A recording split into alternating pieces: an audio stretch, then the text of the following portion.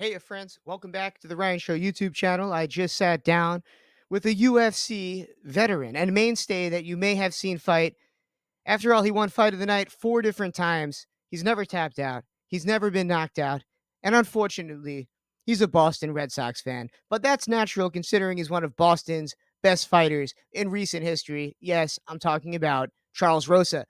And I must also mention that he's the older brother and trainer of one of the top young MMA prospects, Luca Rosa, who you're definitely going to get to know very soon. Charles has a fight coming up against Peter Barrett, Bare Knuckle MMA. My man made the transition from fighting what I thought was the most dangerous sport, MMA and UFC, to switching over to Bare Knuckle MMA, which is just absurd. We're going to get into all of it, plus talk a little bit of Boston and New York sports. You see the hat I'm wearing. So enjoy. Without further ado, this is my sit down from just last night with Charles Rosa. And put it in the calendar, save the date, November 15th. It goes down on Game Bread, Bare Knuckle MMA. There's an app, there's an internet site you can watch it on. Don't meet me there, beat me there. Without further ado, Charles Rosa. And we are back live on the radio in Beantown. And I know that ticks a lot of you off that listen to this program, considering half it's about the Yankees. Although there's a lot of Red Sox fans out there that are extremely happy about that fifth inning. And our guest hails from Beantown, or technically from Peabody, Massachusetts. I'm going to find out more about Peabody when I ask him. And there is a big fight coming up. It looks like UFC has been trumped. No pun intended. There is a higher, or at least a more violent and serious form of martial arts, according to common sense. And that's bare knuckle MMA. And you've seen Charles Rosa fighting in the UFC for many, many years. He's won his last 4 fights. And I imagine came to the crossroads, which I'm going to ask him, do you go back to UFC or do you do something way more badass? And it seems like he's doing the latter. So without further hesitation, put your hands and hooves and whatever you got together for the one and only Charles Rosa. What's happening, dude? Thanks, man. Thanks for having me on the show, man. Happy fighting in a little bit more than a week. So, getting ready, getting the final preparations in. I'm on a strict diet now. So, excited for the fight. Can't wait to shine. November 15th. That is a Friday night. Everybody should go and check out Game Bread, Bare Knuckle MMA. That is where Charles is going to be one of the headlining fights over there. I know I'm going to be watching. And first off, what is it that made you make the switch to Bare Knuckle MMA after, like I said, you were just on a 4 victory stint? I imagine you probably could have got back into UFC. What made you choose Bare Knuckle? No, 100%, man. I'm a prize fighter at the end of the day. Everyone can say, UFC, you can say Bellator, you can say, go fight in Japan. But at the end of the day, I'm going where they're paying me the most money. And right now, the offer that was on the table, this is the highest money. And that's what I'm trying to do. I'm trying to make money. I had a great career in the UFC, 10-year UFC veteran, 4-time fight of the night winner, couple times submission of the night winner. So I got a lot. I've made a lot of money from the UFC, and I've made a whole career out of the UFC and had a great platform. But now, my goal is to be the champion of any organization that I'm part of. And if with the UFC, I just felt like they weren't giving me the fights I wanted. Every fight I was fighting was in, my last fight was in England. They flew me over to fight the English guy that was champion, the top guy from England. Fight before that, Mexico. Before that, Tokyo. Anytime I fight in Boston, it's my hometown. I fought 3 times at the TD Garden. I got the most all-time wins, and they weren't giving me fights like that. They would give me fights, in other places where I'd go and I'd lose like some close split decisions to some guys, and that's sometimes a little different. So I want to be the A side every time I fight. So this is a good opportunity to go to Biloxi, Mississippi, and shine bright, and get a W and then get an eventual title shot. Now, is it that the UFC is just so cutthroat that they are all about the dollar? Clearly, they're not paying their fighters the right amount, especially as they keep going down the card. And like you said, you should have been fighting in Boston even recently. There was a fight that I was actually attending not too long ago at Yep. TD Garden, which would have been a perfect fit. So is it Dana White that's that hands on making these decisions? Like, what does it really come down to? Why is it that these decisions are even made in the No, first place? no, no. Everybody asks me that. They're like, "Oh, Dana White is he a good guy, man?" Dana White is a great guy. He's done everything that he's told me he's going to do business wise. He's done. If he tells me he's going to do something, he's done it. So it's not really him. Sometimes the matchmakers they have their set things. They have certain managers they're working with, and it definitely gets complicated. But that was my main reason for leaving the UFC. I had 2 fights left in my UFC contract, and when they decided not to fight me in my hometown in Boston, I had a conversation with them. I said, hey, listen, if you guys are going to only fight me 1 time a year, I'm 38 years old. I'm at the prime point of my career. I only got a couple of years that I really want to shine and do this, before I move on, to the next phase of my life. If you're gonna fight me once a year, that's not enough for me. How am I gonna become champion within 2 or 3 years if you're fighting me once a year? I need fights. I need to be fighting 3, 4, 5 times a year. I mean, if you look at my Tapology, my record on SureDog. I mean, I fought four times in the last year, and I've made more money fighting those 4 fights than if I fought one UFC fight. And they're better matchups. I'm the A side. People are coming to see me. I'm the main event. I'm on the poster. My face is on the poster, and I'm putting people in seats. So, finally, I won a world championship for CES at Foxwoods Casino and up in Connecticut.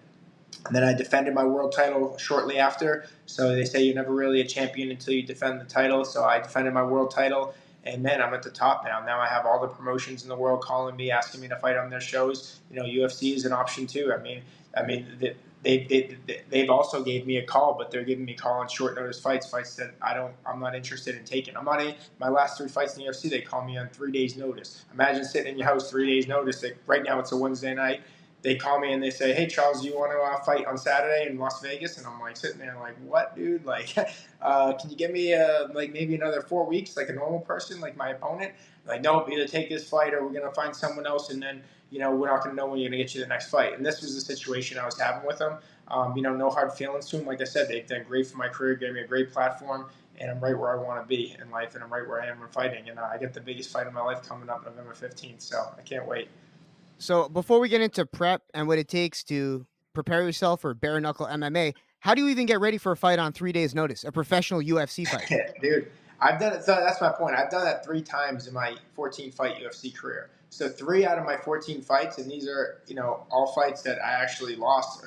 My 3 of my losses in the UFC, and those are big losses in my career. Were all with 3 to 5 days notice. My first fight ever in the UFC was 5 days notice. I was in Florida, living in Florida, and I fought in Stockholm, Sweden, against the number 8 guy in the world, Dennis Seaver. I cut 33 pounds in 5 days to fight him. That was my first ever UFC fight. So you can see right off the bat they're not putting me as a priority. You know what I'm saying? So I fought up one other fight on 3 days notice against a guy named TJ Brown.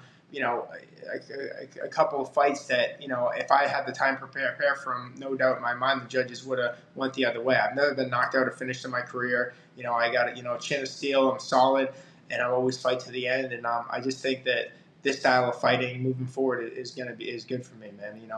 I'm the roughest and toughest guy there is, man, and this is the roughest and toughest sport, so it's a perfect fit. That's why it's tailor made. You've never been knocked out, never given up. So wait, how do you cut 33 pounds in 5 days' notice? Yeah, What's the prep everybody behind asks that? me that. It's just your mindset. I mean, you do something. It's like there's a whole system behind it, but at the end of the day, you sit in the sauna for 2, 3 days, Jeez. drinking water and not eating spinach and eggs, and you work it off. You basically work it off 4 days of 2 or 3, 4 sessions just a day of training and sauna sessions. It's mostly water cut, so like people think like, oh, you're losing 30 pounds of weight or muscle or fat. It's not really that. It's just you completely dehydrate yourself, and most people don't know this also, but a gallon of water weighs 8 pounds. So if you can sweat out 2 gallons of water, that's 15 pounds, 16 pounds right there. So you do that, and then you try to sweat out more. You can lose like probably 25 pounds in a couple of days, but you gain it instantly back. In 12 hours, I gained 30 pounds back. So Insane.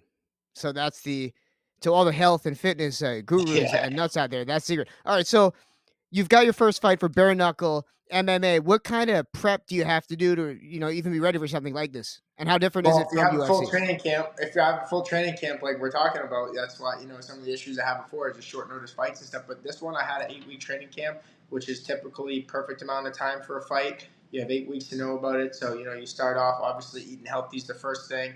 You get the best quality food. You go get fish, vegetables. You're drinking a lot of water every day. You're hydrated.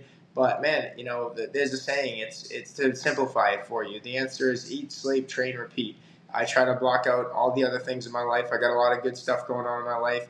Got my first baby on the way. Get some great things happening Hey, in my life. Buying my first house, like a lot of big things. But right now, for these 8 weeks, my number one priority is this fight and making sure I get this victory. So I can get a double paycheck because what I'm saying, like if you lose the fight, you get half a paycheck. You win, you get double. So also, I'm fighting for my life. My life's on the line when I go and step in that octagon. and I'm staring across from another opponent that's been training for 8 weeks against me.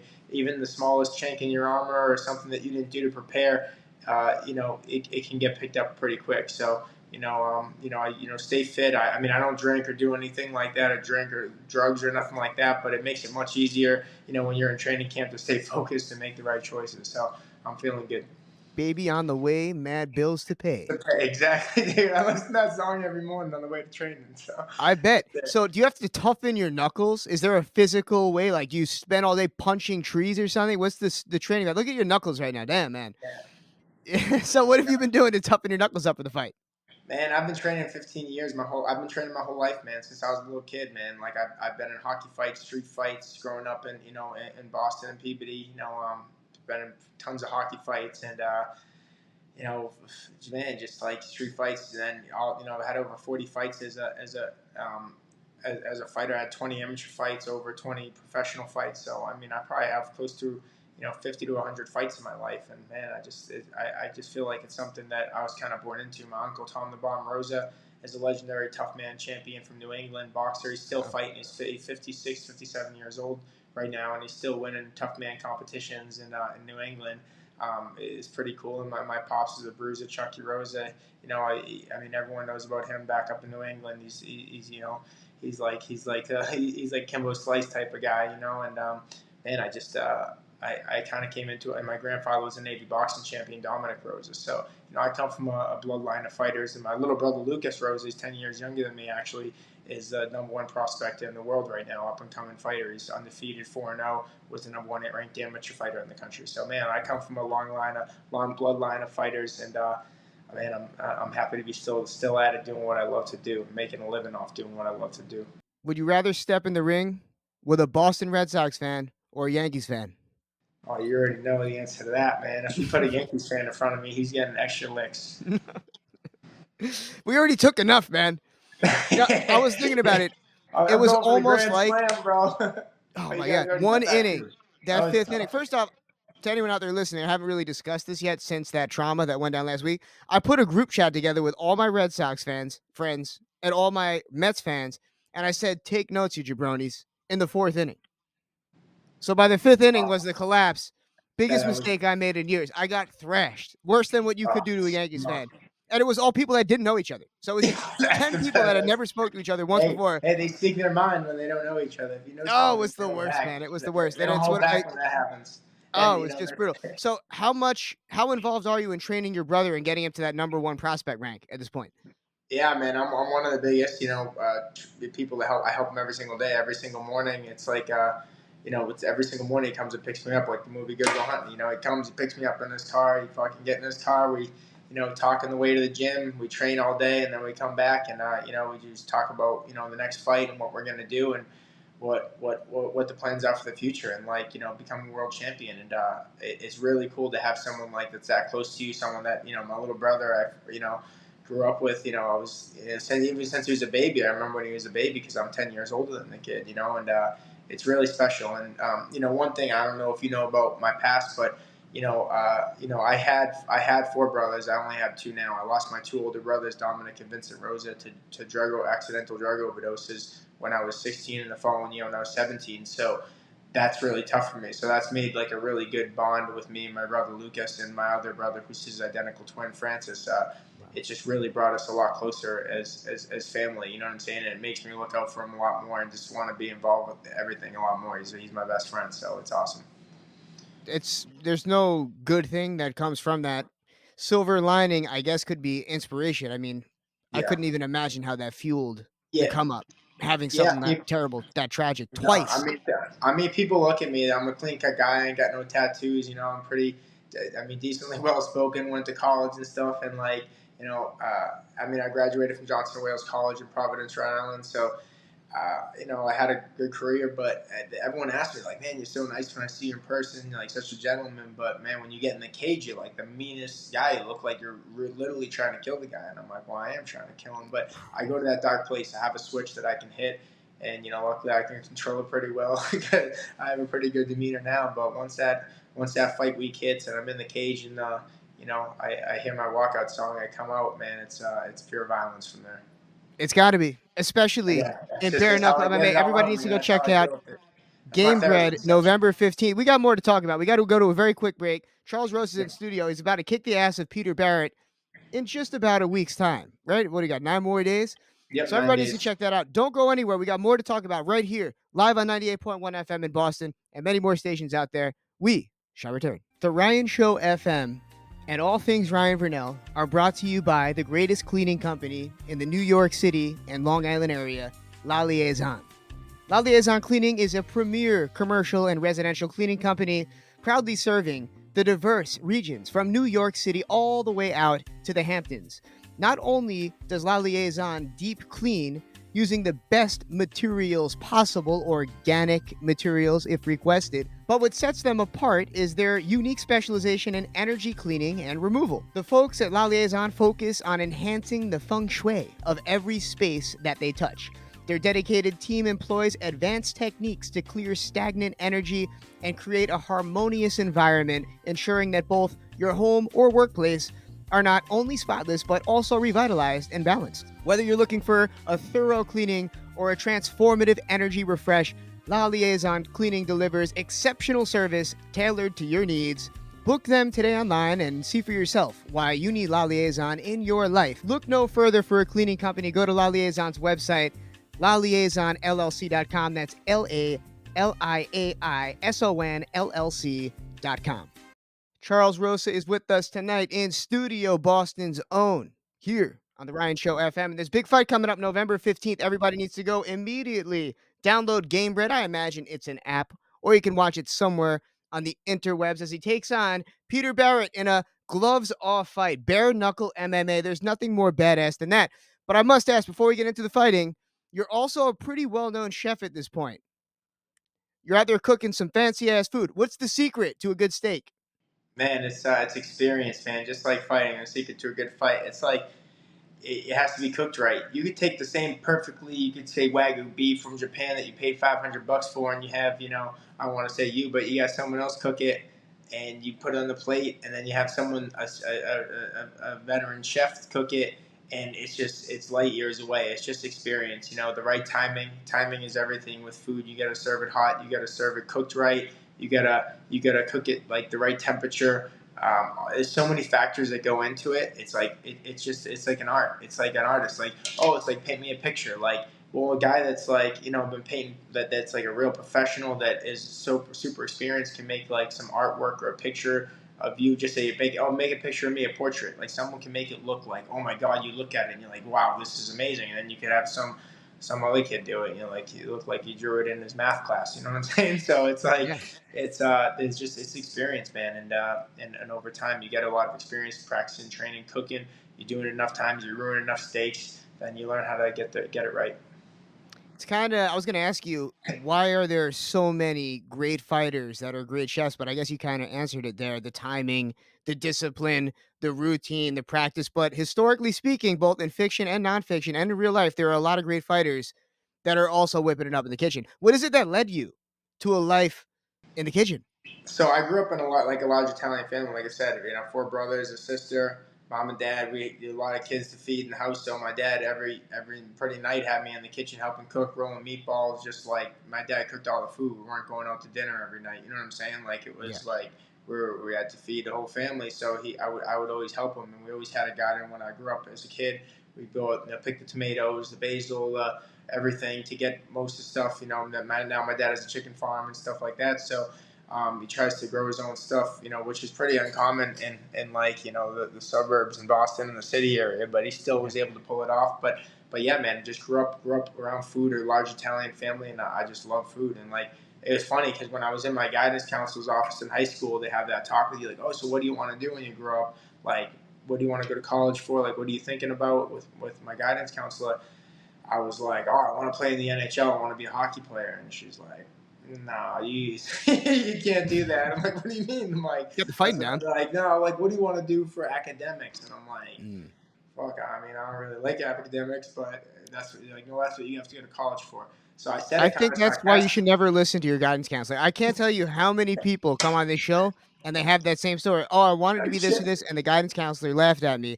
and it just stunted my growth or I mean, arrested my straight up. development for many years. But hey, sometimes you need that to shine, and that's what happened, man. I said sarcastically, I want to learn, I want to cook, I like eating food. And she's like, well, we have this culinary school, they have a hockey team, so See they that? did actually got me in, and I got in, and fucking the rest is history, man. I found fighting instead, because hockey wasn't my thing. I guess I was a better fighter than I was goal scorer in hockey, so I got more hockey fights than I scored goals. So it made sense for me to do what I do. And it's a crazy story. When I first moved down, I moved down to South Florida. At first gym, I was working in the restaurant. I'm like, man, this isn't really what I want to do for the rest of my life. Like, it's not. I don't want to just cook food for people, telling people you forgot to put cashews on my salad. Like, dude, like something's missing. Like the chef's like, oh, mop the floor. I'm like, and I found, and I actually had a therapist at the time. She was like, hey, listen, like, because I finally started to try to work on the stuff I dealing with my brothers. Like, I was never big into that stuff, like listening to the Yeah. therapist, but she basically was like, you should find a gym, find a boxing gym. And I walked into what I thought was a boxing gym, but it was American Top Team mixed martial arts gym. I didn't know the difference of jiu-jitsu and Muay Thai. I didn't know anything, and I went in, man, and that first day in the gym, I fell in love with it. And I don't know if you know Kimbo Slice, but I met Kimbo Slice, and he gave me my first pair of boxing gloves, and a light bulb went off, man. The rest is history. And it was really special, So that's why you never know, like some, role model or someone you meet in your life, and that's why when I see kids and stuff, I always am super, talk to them and motivate them because Kimbo Slice did that for me, man, and he's the ultimate bare knuckle fighter of all time. He's the godfather of it, man. Rest his soul, rest in peace, Kimbo Slice. But he's a legend, and he's the man that kind of motivated me the most when I first started fighting by giving me my first pair of boxing gloves and someone I looked up to.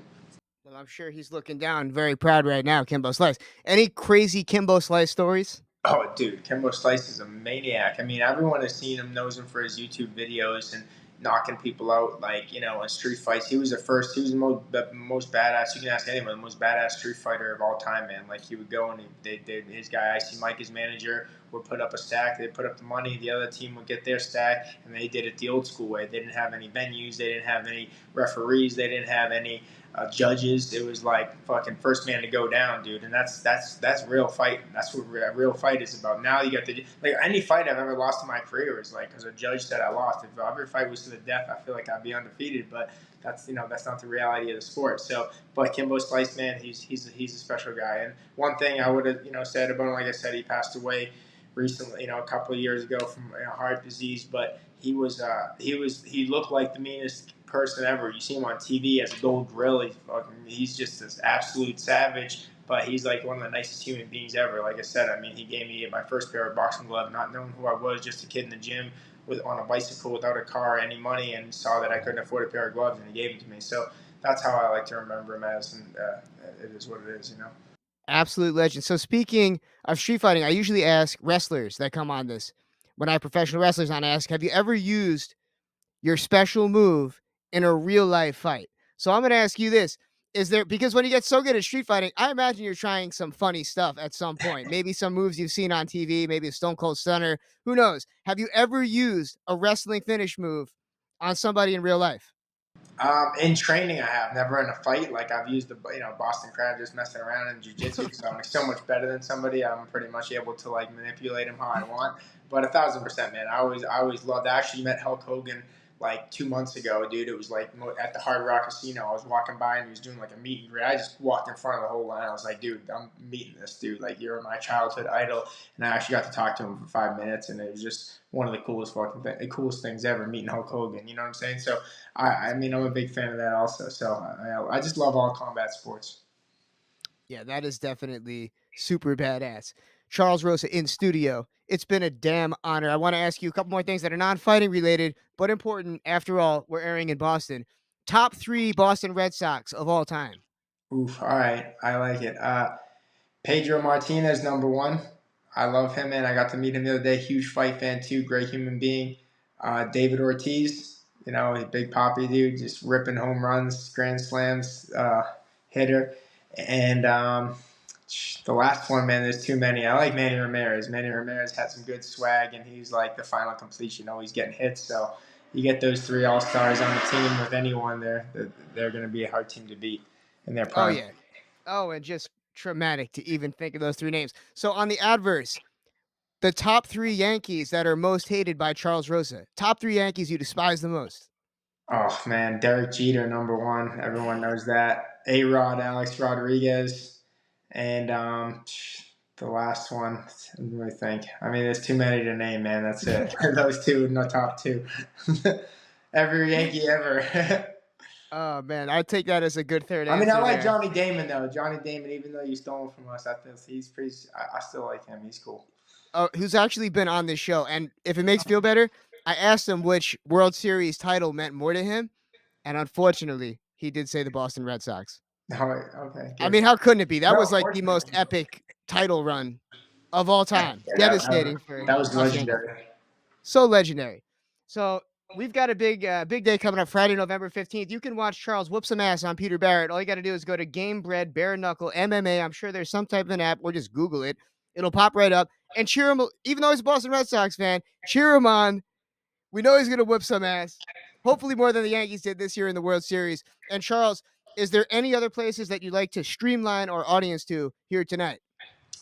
No, no, definitely. Everybody tune in November 15th, Biloxi, Mississippi. I'm fighting Pete Barrett, and I'm going to barbecue that son of a bitch in Mississippi. So everyone tune in.